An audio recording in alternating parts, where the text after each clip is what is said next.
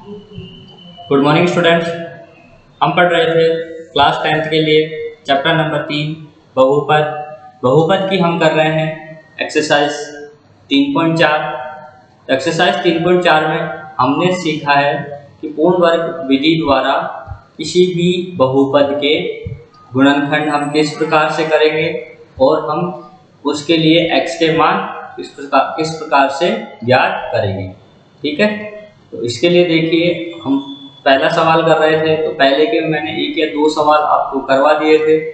इसके बाद देखिए अब इसका पहले का चौथा सवाल, फोर्थ सवाल हम कर रहे हैं, जो दिया है हमें 4x² प्लस 4√3x प्लस 3 बराबर 0। तो पहले सवाल में आपको यही करना है कि पूर्ण वर्ग बनाकर किसी भी बहुपद के गुणनखंड करने हैं, द्विघात बहुपद के गुणनखंड करने हैं। तो मैंने आपको बताया था इसको हम किस प्रकार से करेंगे। सबसे पहले जो हमें ये दिया है इसको लिखेंगे 4x² प्लस 4√3x बराबर, ये जो 3 है इसको इस साइड लेकर जाएंगे तो माइनस का 3 क्या हो जाएगा, माइनस का 3 हो जाएगा। ठीक है, इसके बाद हम क्या करेंगे, इसके बाद हमें करना होता था कि जो x² के साथ जो संख्या लगी है इस संख्या का सभी संख्याओं में भाग लगाना है। x² के साथ हमारे पास लगा है 4, तो हम लिखेंगे दोनों तरफ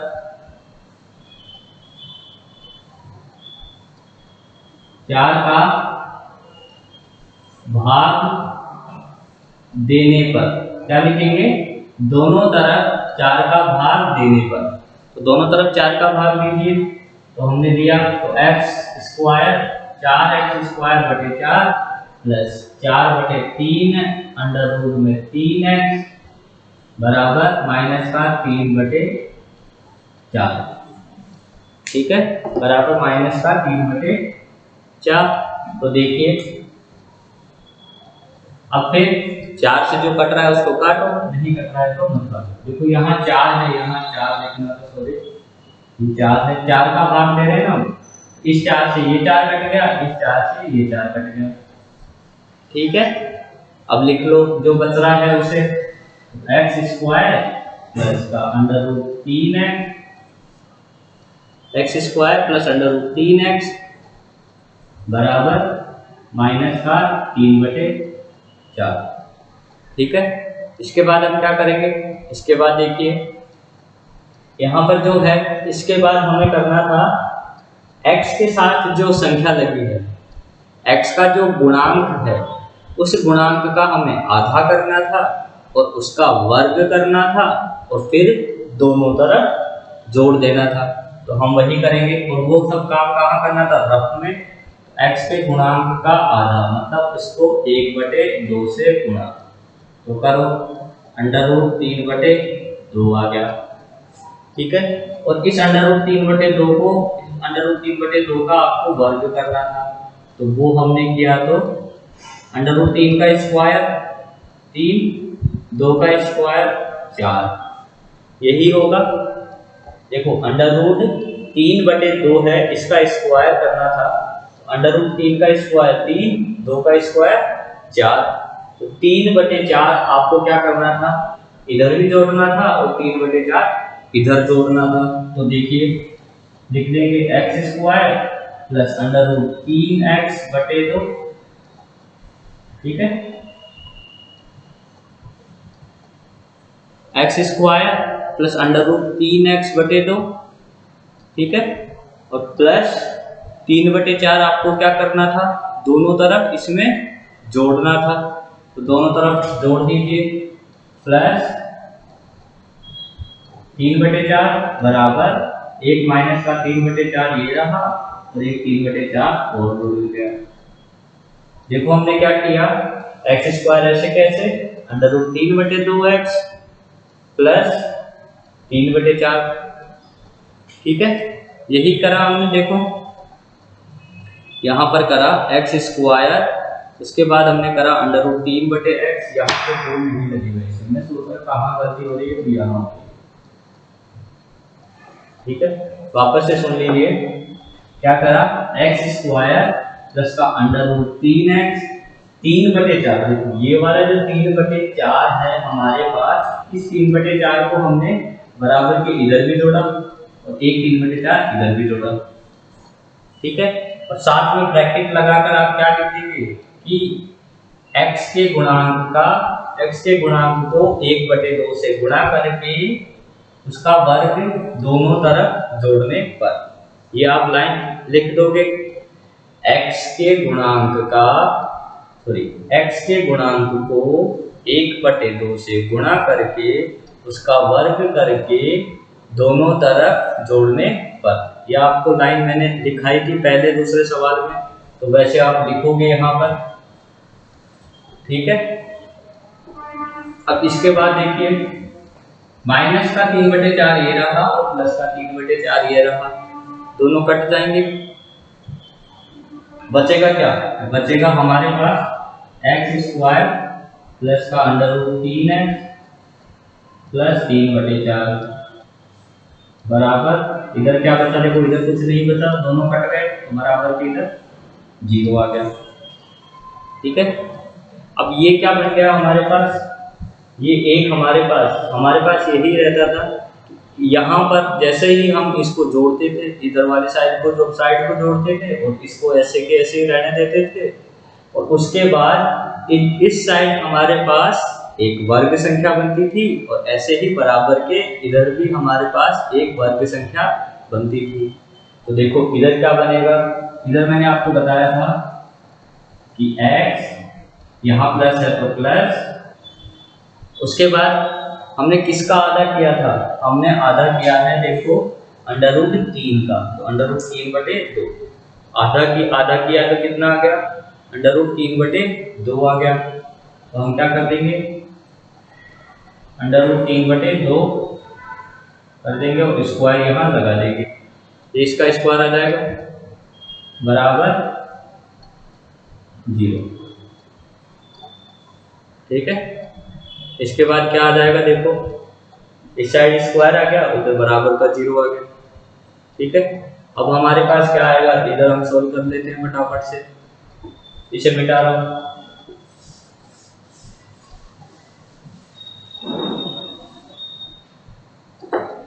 अब देखो क्या हो जाएगा, हमारे पास आ गया इधर आंसर में x प्लस अंडर रूट 3/2 का स्क्वायर बराबर 0। ठीक है, अब देखो हम क्या लिखते हैं, 2 गुणा 2 बराबर 4। ठीक है, लेकिन हम ऐसे भी लिख सकते हैं 2 का स्क्वायर बराबर 2 गुणा 2 बराबर 4। हम सीधा देखो क्या लिखते हैं, 2 गुणा 2 बराबर 4। तो हम ऐसे भी लिख सकते हैं कि 2 का स्क्वायर भी 4 के बराबर, तो 2 का स्क्वायर बराबर 2 गुणा 2, तब भी हमारे पास 4 ही आ रहा है।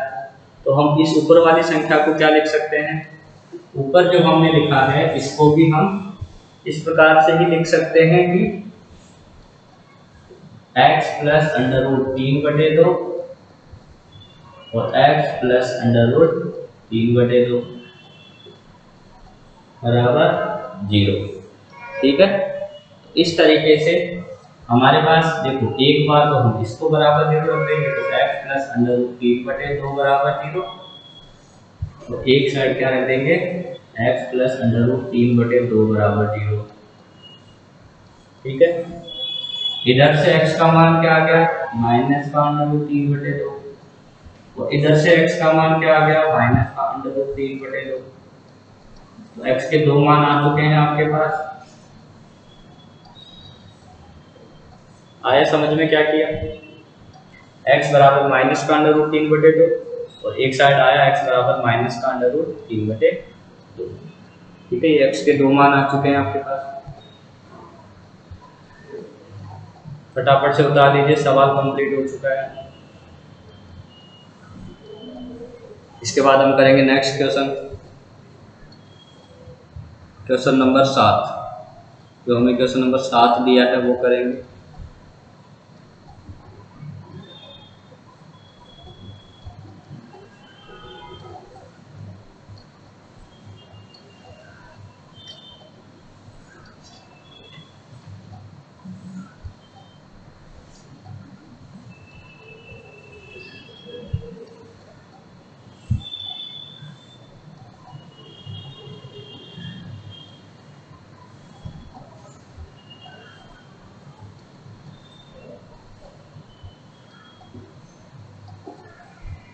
ठीक है, आई थिंक आप सभी ने उतार लिया होगा। अब देखिए क्वेश्चन नंबर 7 इसी का।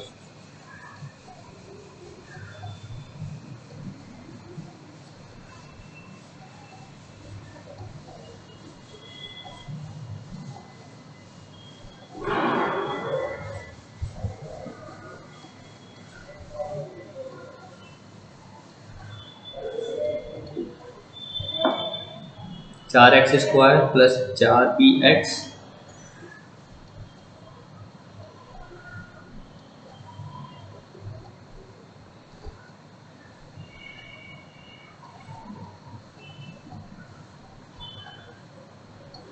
माइनस का a square minus b square.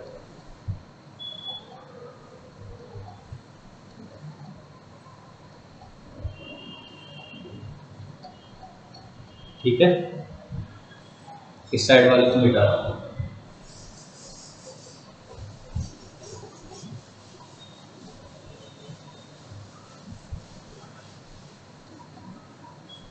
तो देखिए सवाल हमें दिया है 4x square plus 4bx minus का a स्क्वायर माइनस का b स्क्वायर बराबर 0। ठीक है, तो वैसा ही सवाल है, पूर्ण वर्ग बनाना है और सॉल्व करना है। तो देखिए क्या करेंगे, सबसे पहले इस अचर पद को इधर लेकर आएंगे, तो लेकर आ जाओ।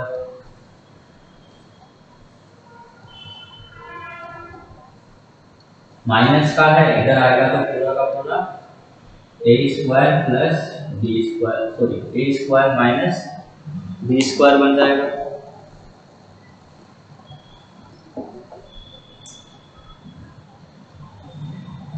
ठीक है, क्या करा हमने, ये माइनस का था पूरा, देखो minus a square minus b square, इसको पूरे ब्रैकेट को इधर उठा के लाएंगे तो प्लस का a स्क्वायर माइनस का b स्क्वायर बन जाएगा। ठीक है, इसके बाद हम क्या करेंगे, इस 4 का देखो यहाँ x स्क्वायर के साथ है 4, इस 4 का दोनों तरफ भाग देंगे, तो लिखेंगे 4 का दोनों तरफ भाग देने पर, क्या करने पर, 4 का दोनों तरफ भाग देने पर, तो देखो एक्स स्क्वायर बटे 4, ठीक है, प्लस 4bx बटे 4। ठीक है, इसके बाद बराबर a स्क्वायर माइनस का b स्क्वायर बटे 4। ठीक है, अब 4 से 4 कट रहा है तो काट दो, एक 4 ये वाला 4 इससे कट रहा है, ये इसका 4 इससे कट रहा है, तो बच रहा है तो लिख दो एक्स स्क्वायर प्लस का bx बराबर a स्क्वायर माइनस का b स्क्वायर बटे 4। ठीक है, अब देखो अब क्या करेंगे, इसके बाद हम करते थे x का जो गुणांक है उसका आधा करते थे और उसका वर्ग करके इस साइड और इस साइड दोनों तरफ जोड़ते थे। x है उसका गुणांक क्या है b, b का आधा 1/2 मतलब b/2, इसका हम स्क्वायर करते हैं, स्क्वायर क्या आ गया b स्क्वायर बटे 4। इस b स्क्वायर बटे 4 को आप इस साइड भी जोड़ेंगे और इस साइड भी जोड़ेंगे, तो लिख देंगे एक्स स्क्वायर प्लस का bx प्लस का b स्क्वायर बटे 4 बराबर a स्क्वायर माइनस का b स्क्वायर बटे 4 प्लस का b स्क्वायर बटे 4, दोनों तरफ जोड़ दिया। ठीक है, इसके बाद देखिए इसको तो ऐसे कैसे रखते थे हम, और इधर वाले को सॉल्व करते हैं, तो देखो इस साइड वाले में क्या करेंगे, यहाँ पे लिखेंगे एक्स स्क्वायर प्लस का bx प्लस का b स्क्वायर बटे 4 बराबर। ठीक है, तो देखिए यहाँ पे हमारे पास लिखा है a स्क्वायर माइनस का b स्क्वायर बटे 4, इधर देखो यहाँ लिखा है a स्क्वायर माइनस का b स्क्वायर बटे 4, तो देखो मैं इसको क्या लिख रहा हूँ, इसको मैं ऐसे लिख के देखें एक बार, देखो a स्क्वायर बटे 4 लिखा, अलग अलग लिख दिया, अलग अलग लिखने से क्या वापस यही आ रहा है क्या? तो देखो 4 एलसीएम ले लिया, दोनों के 4 एलसीएम है तो ऊपर वाली संख्या ऐसे कैसे, तो देखो ये और ये एक जैसा दिख रहा है। ठीक है, इसका मतलब हम इससे ये वाला लिख सकते हैं, क्या लिख सकते हैं, इस संख्या से हम ये संख्या लिख सकते हैं, तो वही हम वही लिख देंगे। तो देखो क्या लिख देंगे हम यहाँ पर, a² बटे 4 माइनस का b² बटे 4 और प्लस का b² बटे 4। देखो हमने क्या करा, a² बटे 4 यहाँ लिख दिया और एक b² बटे 4 यहाँ लिख दिया, दोनों के बीच में माइनस था और एक प्लस का b² बटे 4 यहाँ पर भी है। ठीक है, इस b² बटे 4 से ये वाला b² बटे 4 कट गया, हमें बस इसे काटने के लिए ऐसे लिखना पड़ा था।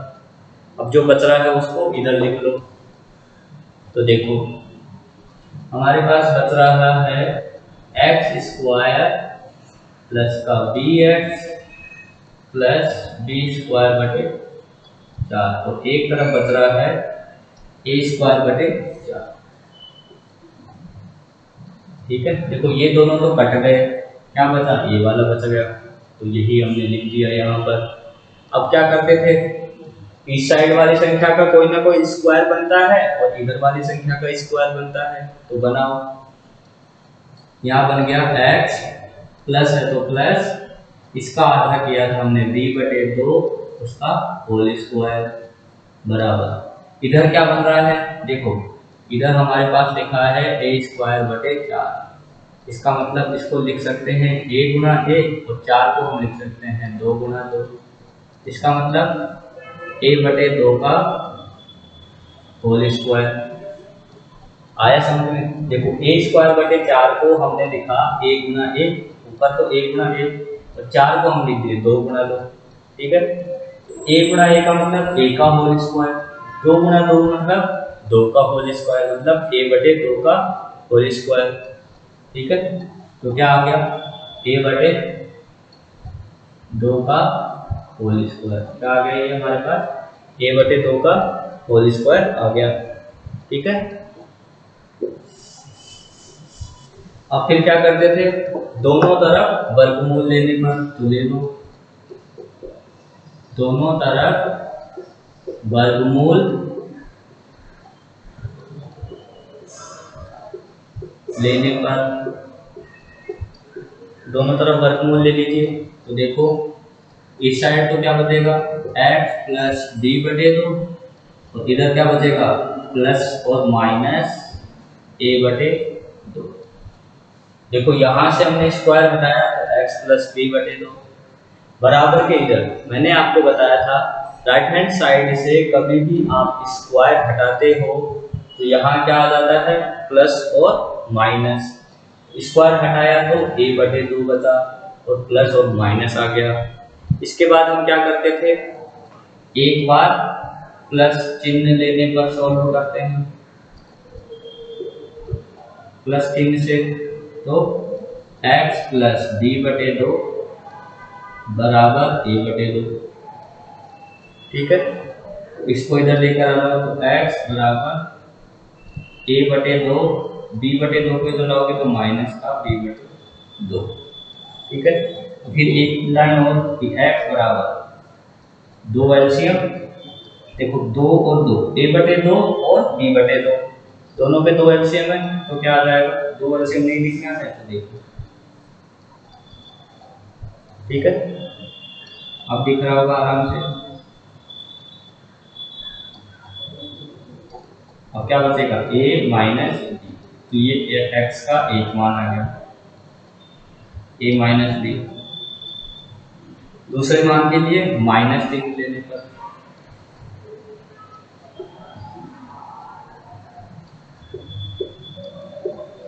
तो देखो x प्लस b बटे 2, तो ऐसे कैसे, इधर से माइनस चिन्ह ले लेते तो माइनस का a बटे 2। ठीक है, x बराबर b बटे 2 इधर आएगा तो माइनस का हो जाएगा, तो माइनस का a बटे 2 और माइनस का b बटे 2। ठीक है। फिर एलसीएम, दो एलसीएम आ गया, क्या बच रहा है a माइनस बी, ये भी माइनस का ये भी माइनस का, ठीक है। x का एक मान ये आ गया, ठीक है। कहीं ऐसे भी करा होगा कि देखो माइनस अगर बाहर बाहर ले लेते हैं तो ये प्लस का आ जाएगा, ठीक है। तो आंसर क्या आ गया, x बराबर माइनस का a प्लस बी बटे दो, और एक आ गया a माइनस बी बटे दो, ठीक है। ये x के दो मान आ चुके हैं आपके पास, ठीक है। तो ये सवाल कंप्लीट हो चुका है, पहले का 7वां सवाल। जल्दी से उतार लीजिए फटाफट से। फिर हम एक छोटा सा कंसेप्ट और सीखेंगे जो एक्सरसाइज 3.4 से रिलेटेड ही है, ठीक है। आप ऐसा कीजिएगा, वीडियो को रोक लीजिएगा और सवाल को उतार लीजिएगा और वीडियो वापस से स्टार्ट कर लेना, ठीक है। इसको मिटा रहा हूँ मैं, वीडियो को पॉज करके लिख लेना सवाल सभी।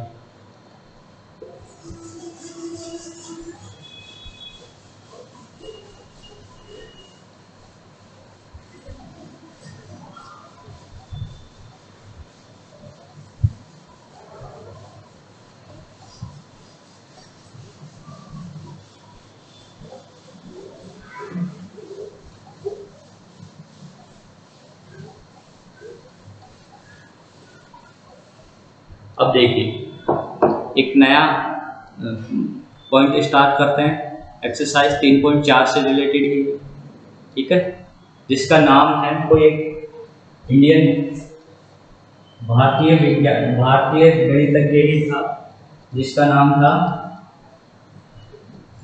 श्रीधर आचार्य, ठीक है, श्रीधर आचार्य।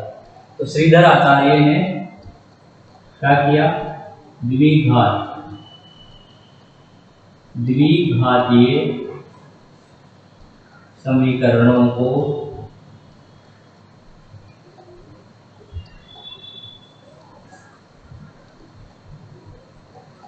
हल करना सिखाया, ठीक है। क्या किया, श्रीधराचार्य है, उन्होंने क्या किया, द्विघातीय समीकरणों को हल करना बताया। तो देखो कैसे बताया, क्या क्या उसने कहा। श्रीधर था जिसने क्या हमें द्विघातीय समीकरण के बारे में बताया, तो वो देखिए, ठीक है।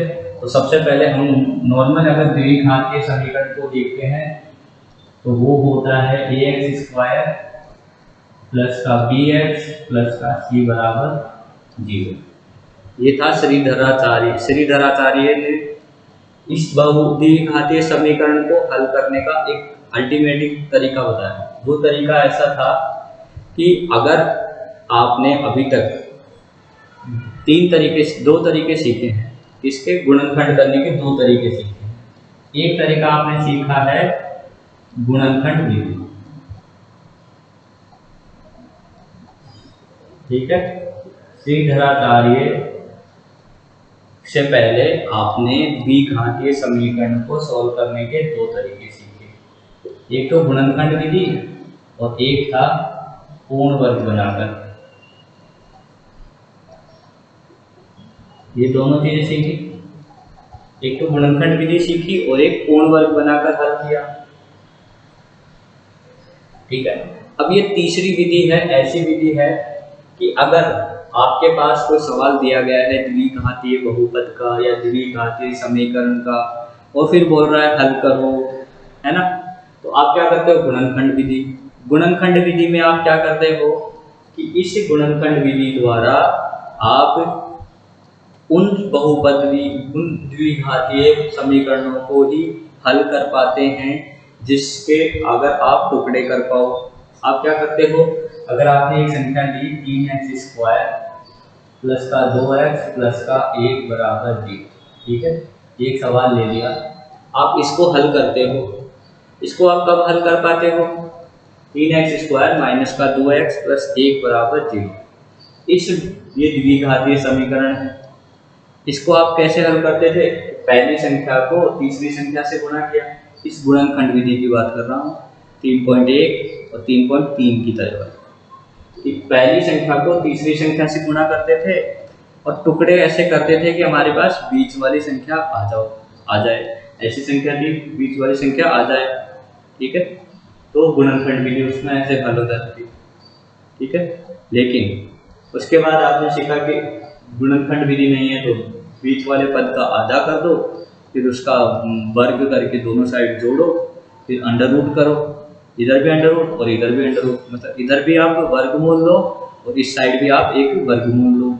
फिर उन दोनों के वर्गमूलों को हल करके आप x के मान ज्ञात करते थे। वो थी आपकी पूर्ण वर्ग बनाकर हल। ठीक है, गुणनखंड में आपने किया कि इन दोनों को गुणा करके गुणनखंड किया, टुकड़े हो रहे हैं। तो अगर मान लो इस सवाल को आपने हल किया और टुकड़े नहीं हो रहे, गुणनखंड हो ही नहीं रहे आपसे, बीच वाली संख्या आ ही नहीं रही है, खूब प्रैक्टिस करी, खूब संख्याएं लगाई आपने, फिर भी नहीं आ रही। ऐसे बहुपद भी, द्विघातीय बहुपद भी होते हैं। तब भी अगर आपके पास गुणनखंड विधि हल नहीं हो रही तो आप क्या करते हो, आप फिर लगाते हो पूर्ण वर्ग बनाकर हल करना। तो पूर्ण वर्ग बनाकर हल करने में आप क्या करते हो कि बीच वाली संख्या का आधा करते हो, फिर स्क्वायर करके दोनों साइड जोड़ देते हो, फिर वर्गमूल निकालते हो। तो उस टाइम वर्गमूल अगर निकाल रहे हो तो वो सवाल भी कभी कभी क्या हो जाते हैं, कॉम्प्लिकेटेड या जटिल तरीके से हो जाते हैं। ऐसी ऐसी संख्याएं आ जाती है जिसका आधा करके वर्ग करने में थोड़ा दिक्कत हो जाती है, कभी कभी एलसीएम में प्रॉब्लम हो जाती है। तब आप क्या करो, इसके बाद क्या हुआ कि इसकी प्रॉब्लम सॉल्व हुई तो ये आया, इसकी थोड़ी सी प्रॉब्लम हुई आपके पास तो ये सेकंड वाला गुणनखंड आपके पास वर्ग पूर्ण वर्ग बनाकर हल आया। लेकिन दोनों के प्रॉब्लम ऐसे सवाल आ जाए जो द्विघातीय समीकरण के तो हैं, लेकिन न तो गुणनखंड विधि से सॉल्व हो रहे हैं, ना ही पूर्ण वर्ग बनाकर हल हो रहे हैं।